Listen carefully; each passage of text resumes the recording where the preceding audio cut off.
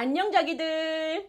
부산 여성 장애인계의 센 언니, 발음만 하는 언니, 눈으로 보지 않고 마음으로 보는 언니, 짱 언니입니다. 오늘 찐 상담 함께 해주실 게스트분을 모셨습니다. 정말 어마어마한 이력을 가지신 분이에요. 자기 소개 부탁드립니다. 현재 골든협회 사업단 사무를 보고 있는 선병년입니다. 어떤 장애를 가지고 계신지 좀 설명 부탁드립니다. 청각정약 장애를 갖고 있고요. 이리 조용한 곳에서는 잘 들리는데 좀 시끄러운 곳에 가면은 상대방 입모양을 보고 알아듣습니다. 그렇군요. 그럼 저도 가급적 또랑또랑한 목소리로 대화를 나눠보도록 노력하겠습니다. 오늘 사연부터 들어볼까요? 저는 사고로 인해 3년 전 청각 장애인이 된 40대 중반 여성입니다. 겉으로 봐선 비장애인과 다를 바가 없어 보이지만 한쪽은 완전히 들리지 않고 나머지 한쪽은 보청기를 써야 비교적 들리는 편입니다. 최근에서야 취업을 하려고 여기저기 알아보고 있는데요. 장애 정도가 경증이라 판단되면 오히려 고용을 안 하는 회사들이 많더라고요. 그냥 장애 여부를 밝히지 않고 취업을 해볼까도 생각하고 있어요. 그래도 될까요?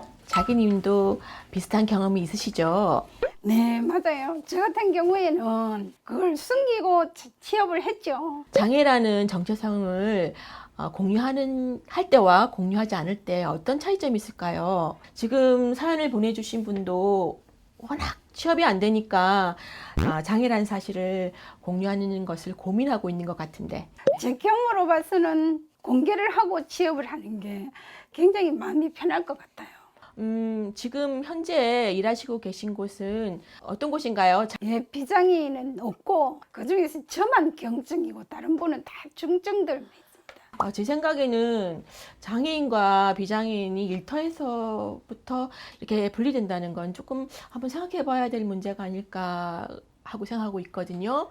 장애인과 비장애인이 함께 일하지 못하기 때문에 서로 소통할 수 있는 그런 기회도 없어지고 또 서로의 벽을 허물 수 있다든지 그런 문화를 만들 수 있는 기회가 없어진다고 생각하거든요. 저 같은 경우에는 취업을 하려니 혹시 무슨 불이익을 당할까 해서 숨기고 취업을 했습니다. 네. 좀 많은 어려움이 있었어요. 네. 잘 못 듣다 보니까 저 사람들이 뭔 말을 했지라는 걸 느끼는데도 그 사람한테 가서 내가 장애가 아니라고 했기 때문에 가서 말을 할 수가 없는 거예요. 오해를 샀겠군요. 그러다 보니까 어떨 때는 소외 아닌 소외감을 느끼게 되더라고요. 몇 개월은 제가 그렇게 했어요. 그 다음부터는 제가 솔직하게 내가 깨놓고 나 잘 안 들린다. 그렇게 좀 중요한 일을 시킬 때는 한 번 더 알려달라라는 얘기를 제가 하고 나니까 그분들이 공감을 했어.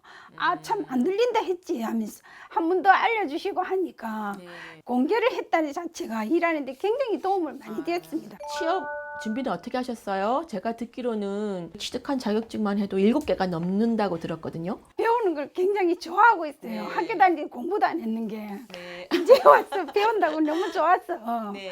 뭐 양식, 한식, 오. 소방관리사, 뭐 요양보호사, 컴퓨터 와우. 활용도 해보고 네. 정리수납도 하고 활동보조인 롬볼이라는 네. 그것도 네. 공부를 좀 해서 심판 자격증을 땄습니다. 심판 자격증까지 있어요? 네네. 지금은 또 장애인 여성연대에서 7급 한문과 한문. 캘리그라피를 배우고 있습니다. 아우, 대단하십니다. 와. 그런 교육을 받았을 때 취업에는 도움이 되던가요? 네, 전혀 도움이 안 된다고는 할 수 없어요. 네. 중요한 거는 내가 그냥 취미로 하는가, 취업을 하기 위해서 하는가를 좀 생각해보고 배우면 네. 굉장히 도움이 됩니다. 그러면 취업 준비를 하시거나 구직 활동을 할 때 어떤 마음으로 준비하셨습니까? 예, 나는 왜 일을 해야 되는가. 취업을 하려는데 참 우리 장애인들은 용기가 굉장히 필요하거든요.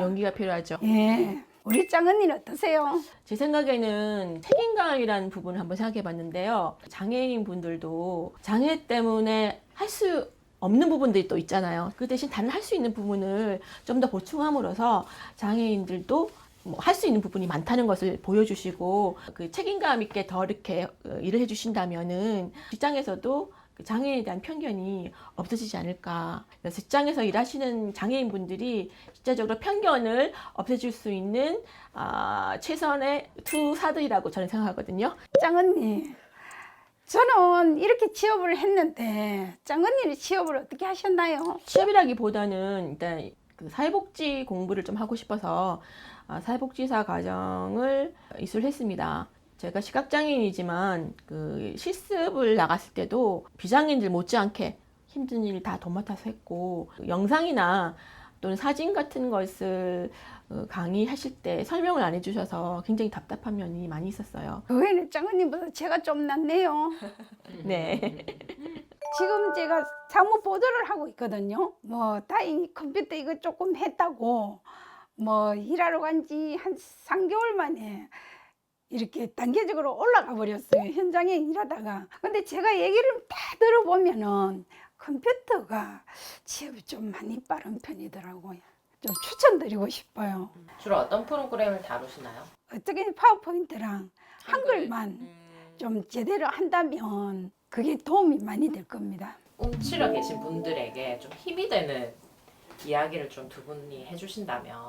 장애인분들이 본인이 원하는 일을 못 찾는 것이지 일자리가 없는 건 아니라고 생각하거든요. 저도 장애인이 된 지가 한 7년 정도 됐는데, 장애인이 됐다고 해서 할 일이 없는 게 아니더라고요. 자기가 얼마나 그 일을 하고 싶은지, 또 얼마나 그 일을 하기 위해서 노력하는지가 달린 거고요.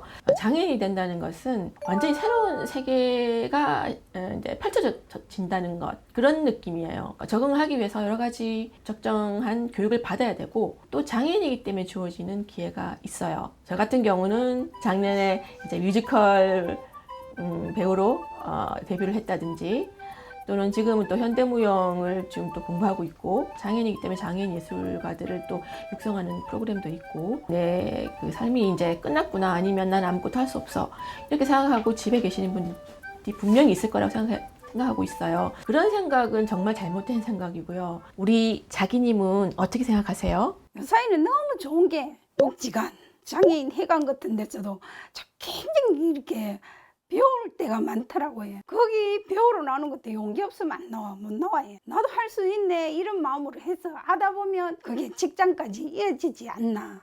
개선해야 될 점으로 본다면, 예를 들면 시각장애인은 안마 사업에는 좀 별로 취업이 안 되고 있는 상태고, 취업을 하려고 하면 안마나 하지 뭐 왜 여기에 이력서를 냈느냐, 이렇게 얘기하는 곳이 되게 많거든요. 시각장애인이라면 다 안마만 하고 싶을까요? 그래서 안마 교육을 받은 많은 그 시각장애인들이 제가 알고 있기는 현재 일을 안 하고 있는 걸로 알고 있어요. 왜? 그 일이 자기 적성에 맞지 않으니까. 그런 점들이 조금 바뀌어져야 된다고 생각합니다.